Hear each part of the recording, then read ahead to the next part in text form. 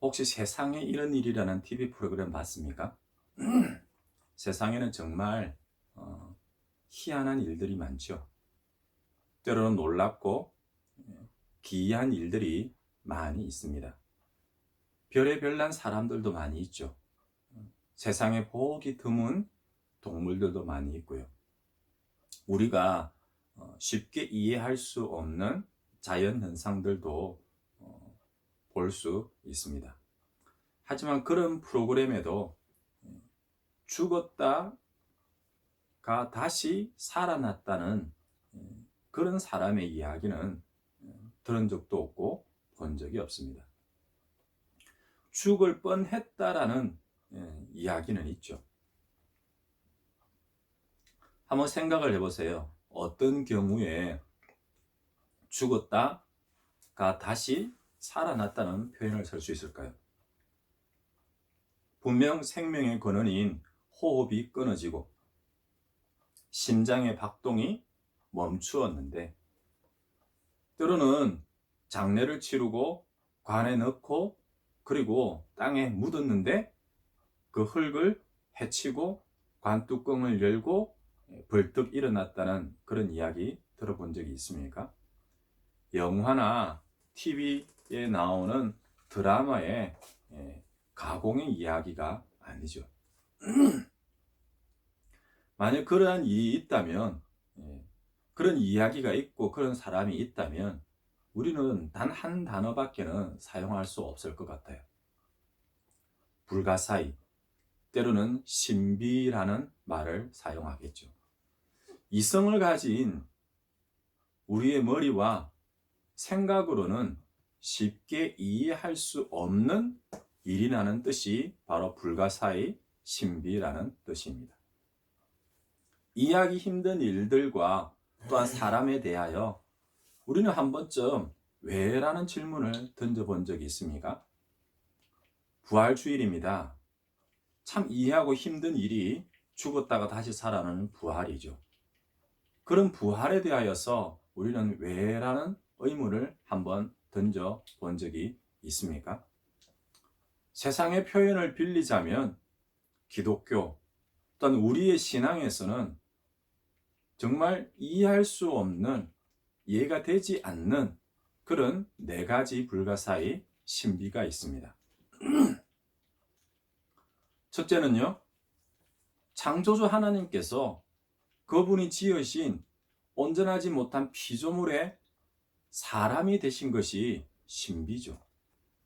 죄가 없으신 하나님께서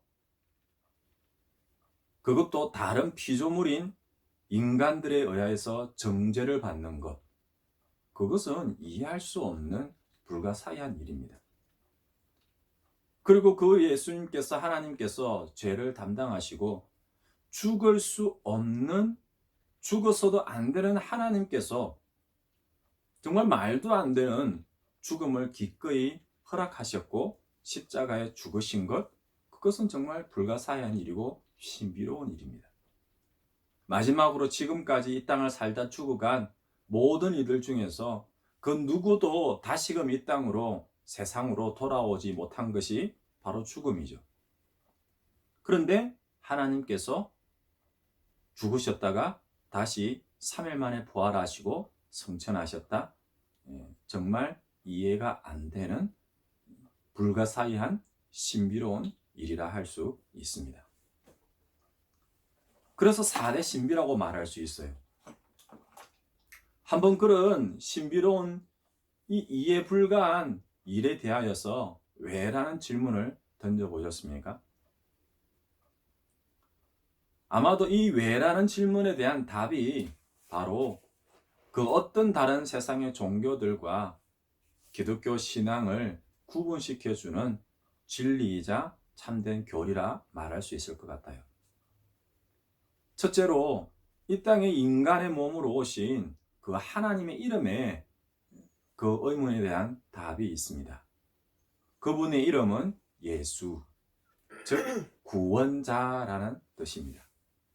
하나님의 백성 이스라엘을 구원할 자, 하나님의 자녀들, 오늘 우리 믿는 자들을 위하여, 구원하시기 위하여 하나님께서 친히 인간의 몸을 입으시고 이 땅에 오셨습니다.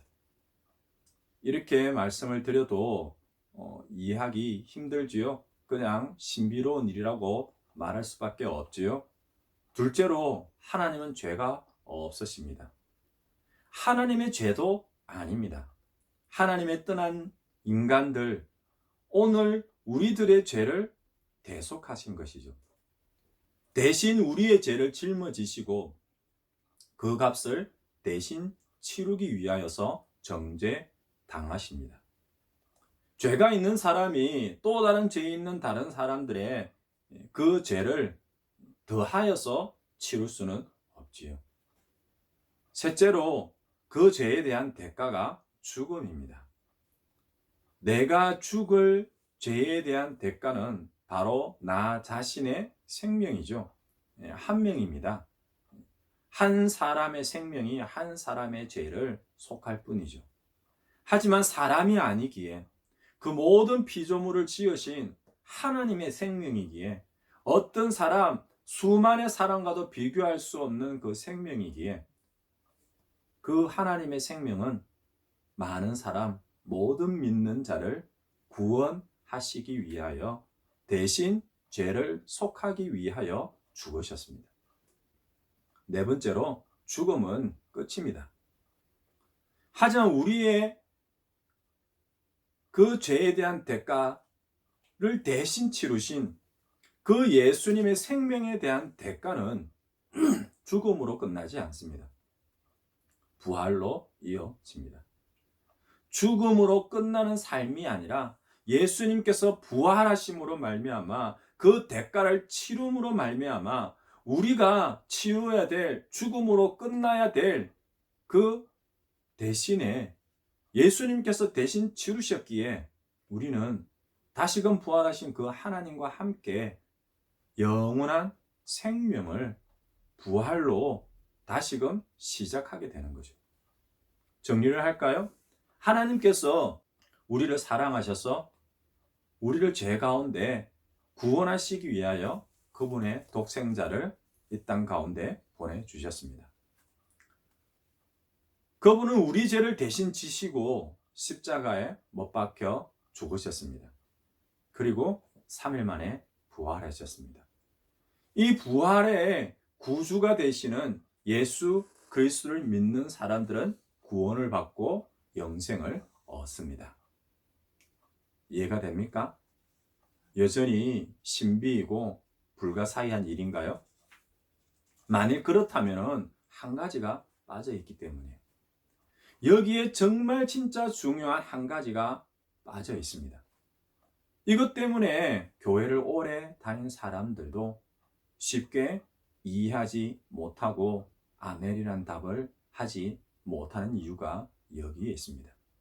예수님께서 죽음을 이기시고 다시 살아나셨다라는 말씀이 전하여져도 감격이 사라진 사람이 있다면 바로 이것 때문이에요.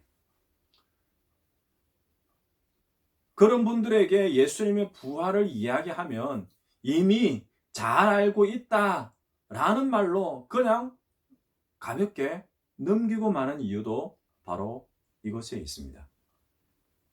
때로는 심각한 문제이죠.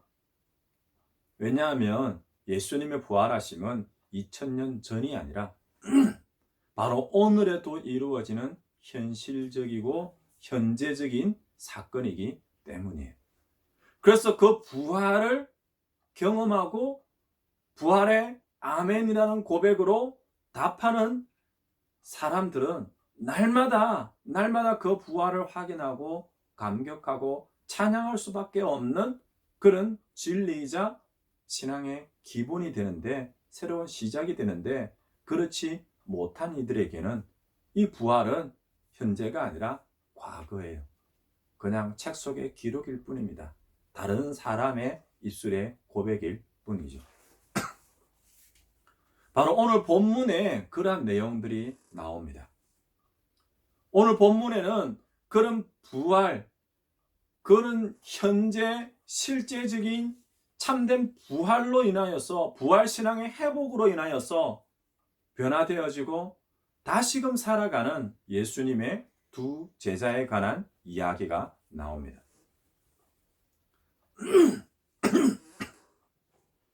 이 두 제자는 12사도가 아니지만 예수님을 가까이에서 따르고 모시던 사람들이었습니다.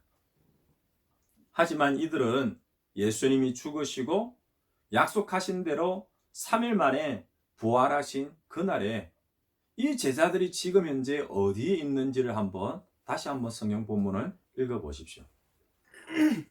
그들이 있는 곳, 예수님의 죽음을 기리고 있는 다른 제자들과 함께 있던 그 예루살렘이 아니에요. 이 두 제자는 지금 그 예루살렘을 떠나고 있습니다.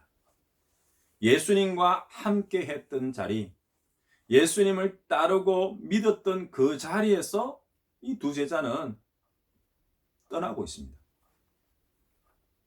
어쩌면은 조금은 성급하고 어쩌면은 조금은 조급하게 떠났습니다. 조금만 더 있었으면, 조금만 더 기다렸으면 부활하신 그 예수님을 만날 수 있었는데, 지금 그들은 떠났기에 듣지 못했지만은 이제 막 예수님께서 부활하셨다라는 그 소식이 지금 퍼져나가고 있어요.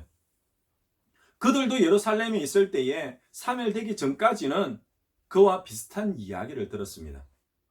아직은 부활하신 예수님을 만나지 못하였고, 예수님이 묻히신 그 무덤의 문이 열렸고, 예수님이 부활하셨다는 천사의 나타남에 대한 소식만 들렸지만은, 부활하신 예수님이 그들 가운데 나타나는 그 시기가 곧인데, 그들은 그 짧은 시간을 기다리지 못하고 그 자리를 떠났습니다. 이제 막 예수님이 부활하셨다는 소식이 퍼지고 있는데, 이제 곧 들려질 건데, 그들은 그 예수님을 믿는 신앙, 부활을 경험하는 그 신앙에서 멀어지고 있는 거예요. 그들은 교회를 떠나고요, 예수님을 떠나서 지금 어디로 가고 있습니까? 한편으로는 생각을 해봅니다. 코로나로 인하여서 1년이 넘는 시간 동안 교회의 문턱을 넘지 못하고 예수님께로 나오지 못하고 교회로 나오지 못하는 많은 주의 성도들의 삶, 주의 백성들의 삶이 어쩌면 이와 같지 않을까, 그렇게 한번 생각을 해봅니다. 교회로부터, 신앙의 현장으로부터 멀어지고 떠나가고 있는 사람들의 모습, 그렇게 떠난 자의 모습이 어떠한지는 오늘 본문 뒤에 나오고 있습니다. 하여간 이렇게 엠마오로 내려가는 그 두 제자를 부활하신 예수님께서 찾아가십니다. 그런데요, 그 예수님을 떠났고 신앙에서 떠났고 신앙의 현장에서 떠났던 그 두 제자들은 그렇게 자신을 찾아온 부활하신 예수님을 알아보지 못합니다. 16절 말씀을 보면 저희 눈이 가리워져서 그인 줄 알아보지 못하거늘, 이렇게 말씀합니다. 두 사람의 경우는 사흘 전까지 그들과 함께 했던 예수님을 알아보지 못하고 있습니다. 왜요? 예수님의 모습이 달라졌을까요? 채찍질과 고문으로 인하여서 예수님의 모습이 달라졌나요? 육체가 없는 영이라서 정말 어느새 갑자기 다가온 사람이어서 놀랐어요? 아니죠. 16절 말씀은 이야기하죠. 눈에서 멀어지면 마음도 멀어진다는 말이 이에 해당하는 거예요. 예수님이 그들의 눈에서 사라졌습니다. 또한 그들의 마음은 예수님에게서 멀어졌습니다. 그리고 그들의 발걸음은 예수님과 함께 했던 그 현장에서 떠나 있습니다. 그러니 16절에 저희 눈이 가리워졌다라는 것은 하나님을 바라보는 우리의 믿음의 눈, 영적인 눈이 어두워졌다는 뜻입니다. 두 제자의 경우에는 믿음의 눈이 어두워졌기 때문에 그들을 찾아오신 예수님, 바로 지금도 곁에 계시는 그 주님을 알아보지 못하는 거죠. 물어볼까요? 우리 곁에 예수님께서 계심을 믿으십니까? 오늘 우리 가운데 예수님이 함께 하심을 믿으십니까? 그 가운데 계신 그 예수님을 우리가 예배하고 있다는 것을 믿으십니까? 이것만이 아니죠. 그들은 길을 가면서 예수님과 이야기를 주고받습니다. 그런데요, 예수님이 직접 그들에게 성경의 말씀을 들려주시는 데에도 그들은 깨닫지 못합니다. 두 제자가 그 말씀을 깨닫지 못하는 원인을 25절에 밝혀주고 있어요. 미련하고 선지자들의 말한 모든 것을 마음에 드디 믿는 자들이여. 여기서 말하는 선지자들이 말한 모든 것이란 예수님의 부활을 예언한 선지자들의 예언을 이야기합니다. 그 예언을 믿지 못하는 사람들이기 때문에 지금 예수님의 말씀도 믿지 못하는 거예요. 지금 그들의 눈이 예수님을 향한 것이 아니라 다른 곳을 쳐다보고 있습니다. 그들의 마음이 예수님에게서 떠나 있으니까. 어쩌면은 오늘 우리의 몸은 이곳에 있지만은 우리들의 눈은 지금 다른 곳을 쳐다보고 있다면, 때로는 우리들의 마음이 다른 곳을 향하고 있다면, 지금 이 자리에서 제가 하나님의 말씀을 예수님이 부활에 대하여서 아무리 외치고 이야기한다 할지라도 우리 역시 그 예수님의 부활 깨닫지도 못하고 이해하지도 못하는 그냥 신비롭고 불가사의인 일로만 받아들여질 거예요. 이 정도로만 끝나는 것이 아닙니다. 이제 그들은 예수님의 부활 사건을 마치 남의 이야기처럼 이야기하고 있습니다. 3일 전에 어떤 일이 있었는데 어떤 사람들은 이렇게 이야기하고 저런 사람들은 저렇게 이야기한다. 그냥 그런 일들이 있었다. 나하고는 아무런 상관이 없는 남의 이야기처럼 이야기하는 거예요. 나를 위하여서, 나를 구원하기 위하여서, 내 죄를 대신하 속하기 위하여서 나를 대신하여 십자가에 못 박혀 죽으시고 부활하신, 나와 관계된 일인데, 나를 위한 일인데, 지금도 부활하신 예수님께서 나와 함께하고 계시는데 마치 다른 나라, 딴 세상의 이야기처럼 이야기를 하는 거예요. 마치 가깝지만 너무 먼 당신이라는 그런 말과 똑같은 상황이 지금 벌어지고 있습니다. 이러한 제자들의 모습이 오늘 우리의 모습이 아니라고 장담할 수 있겠어요? 혹이라도 그렇다면 우리는 어떻게 해야 합니까? 이 제자들은 어떻게 해야 되나요? 이렇게 예루살렘을 떠나고 예수님에게 떠나 있고 다른 곳을 쳐다보는 모습에서 계속해서 그냥 머물거나 또한 그곳에서 더 나아가야 하나요? 그렇게 예수님을 떠나고 계속해서 그 예루살렘에서 멀어져 가던 그 길을 계속 걸어갑니까? 오늘 본문은 두 제자의 이야기가 그렇게 부정적으로 끝나지 않습니다.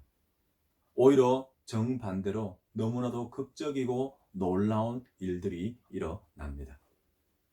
바로 그들의 삶에 놀랍고도 새로운 변화가 지금 일어나고 있습니다. 그 변화의 시작은 바로 예수님께서 그들을 찾아오셨다는 거죠. 우리가 그분을 찾지 못하고 우리가 그분을 떠나도 그분께서 직접 우리들에게 찾아오십니다. 그래서 성경에서는 은혜라는 말을 사용합니다. 그렇다고 은혜만을 바라고 우리가 일부러 도망가지는 말아야겠죠. 때로는 하나님께서 찾아오실 때까지 나는 가만히 있을 거야. 그렇게 말했어도 안 됩니다. 이러한 은혜로 인한 제자들의 변화. 첫 번째는요, 그들의 시각이 변하고 있습니다.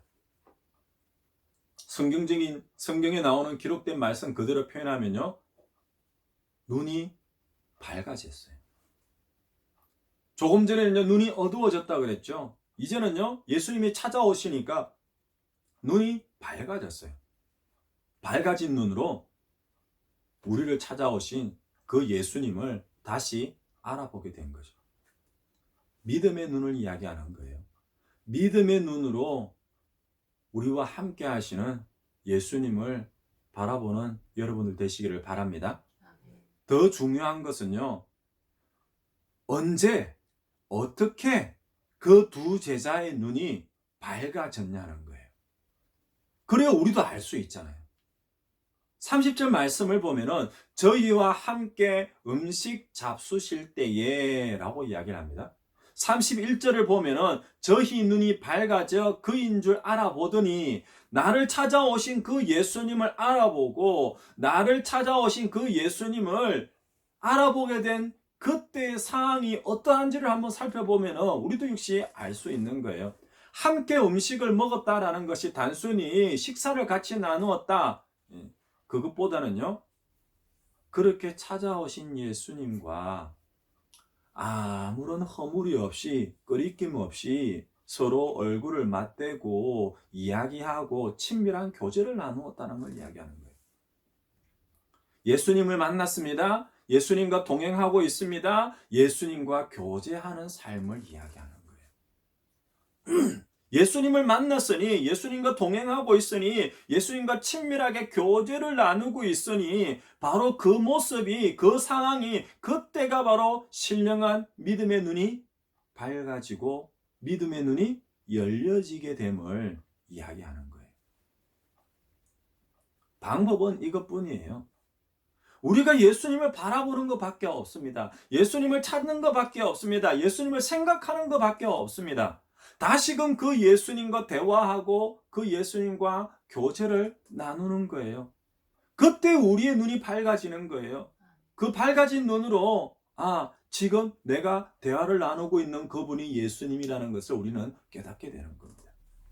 예수님과 함께하는 삶, 그 교제하는 것만이 우리의 믿음의 눈을, 신앙을 회복시켜 줍니다.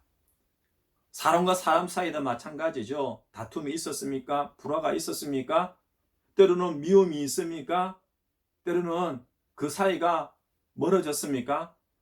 회복할 수 있는 방법은, 서로가 서로를 알아볼 수 있는 방법은, 이해할 수 있는 방법은 하나밖에 없어요. 페이스 투 페이스, 얼굴과 얼굴을 마주하고 대화를 하고 가까이 하고 친밀하게 지냄을 통하여서 다시금 서로가 서로를 바라볼 수 있고 이해할 수 있고 깨닫게 되는 거예요.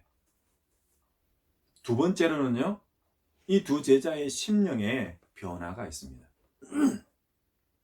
32절 말씀을 보면요, 길에서 우리에게 말씀하시고 성경을 풀어주실 때에 우리 속에서 마음이 뜨겁지 아니하더냐라고 말씀합니다. 여기서 뜨겁지 아니하더냐, 뜨거워졌다라는 부분이 앞서 이야기했던 은혜입니다. 하나님의 모든 말씀은 성령의 감동으로 기록된 것입니다. 또한 그 하나님의 모든 말씀의 뜻을 알고 깨닫게 하고 풀어주시는 분이 바로 성령님이에요. 그 성령님께서 우리의 심령 가운데 임하셔서 우리로 하여금 깨닫게 해주시는 거예요. 바로 그 부분을 오늘 본문에서는 뜨거웠다라는 말로 표현하고 있습니다.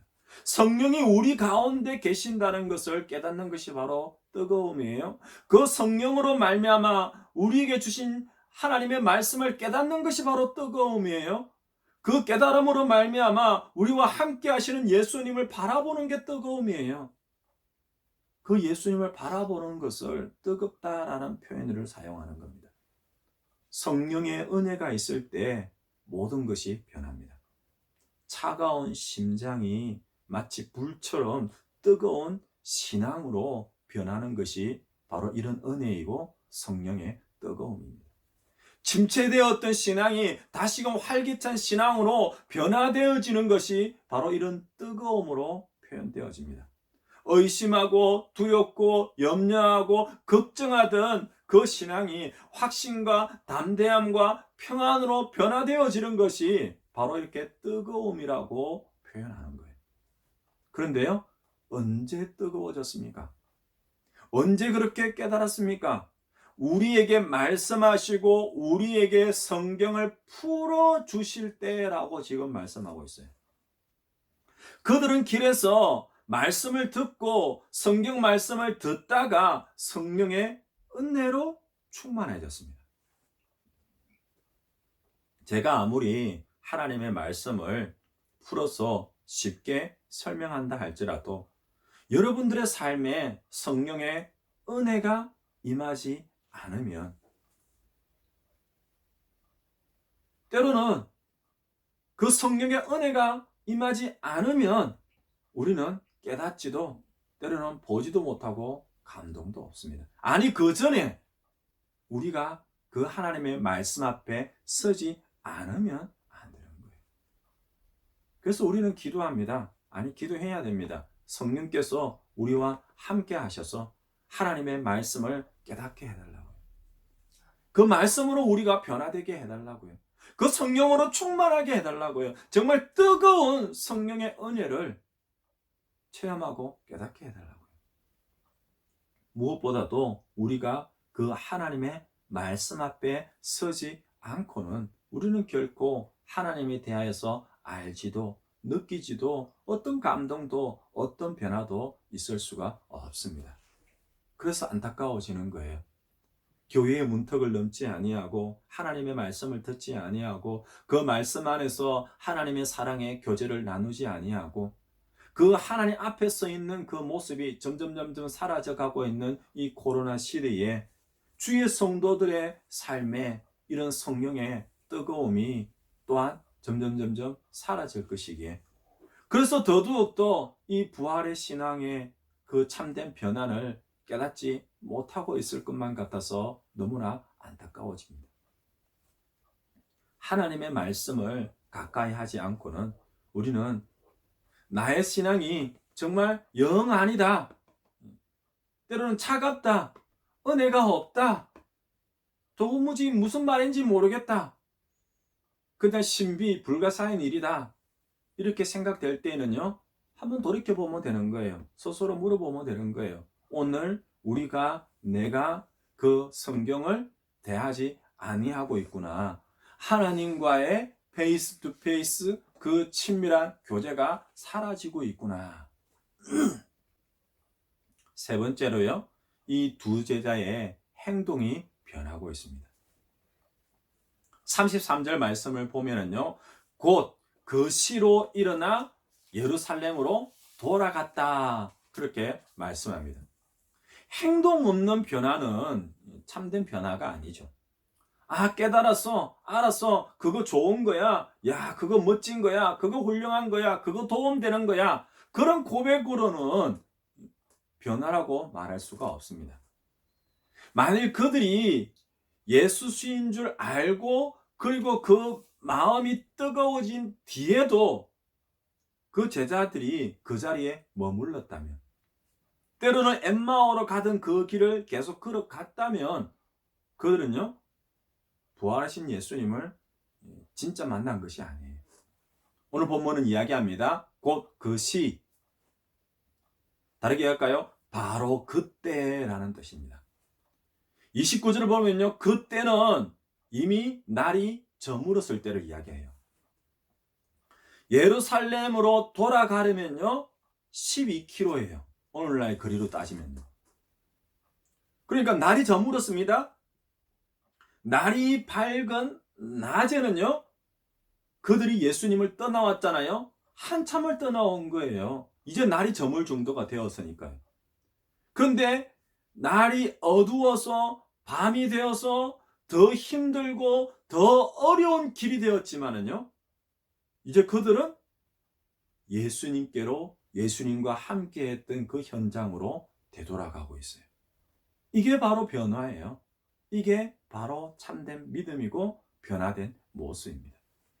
그들은 곧 그 시로 일어나 예루살렘으로 돌아왔습니다. 다음 날이나 날이 밝고 난 다음에 하루나 이틀이 지나고 난 다음에 되돌아올 수도 있었겠죠. 하지만은 그들은 예수님을 만난 그때에, 말씀을 깨달은 그때에, 성령의 은혜로 뜨거워졌던 바로 그때 바로 되돌아왔습니다.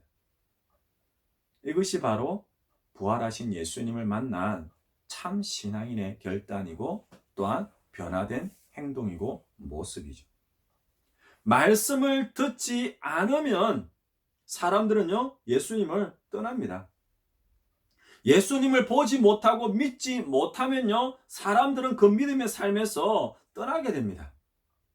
그런데요, 다시금 그들이 때로는 우리가 하나님의 말씀을 듣는다면, 깨닫는다면, 그 믿음을 회복한다면 부활하신 그 예수님이 계신 바로 그곳, 예수님과 함께 했던 그곳, 예수님이 계신 그곳 예루살렘으로 돌아오게 되는 거예요.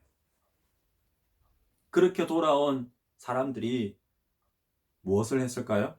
이렇게 돌아온 사람들에게 예수님께서는 일을 맡기십니다. 어떤 일이요? 예수님을 대신하여서 예수님이 부활하셨다라는 그 예수님을 믿는 그 부활 신앙을 전하게 하십니다. 그들은 돌아와서 그들이 가던 길에서 만난 예수님을 증거하는 거예요. 이 증거를 위하여서 예수님께서는 오늘 우리들도 부르셨음을 믿으시기를 바랍니다. 우리가 그 예수님을 떠나고 예수님에서 멀어지고 하지만 그런 우리들을 찾아오신 그 예수님을 만나서 다시금 그 자리로 돌아왔던 그 부활 신앙의 체험을 증거하는 여러분들 되시기를 바랍니다.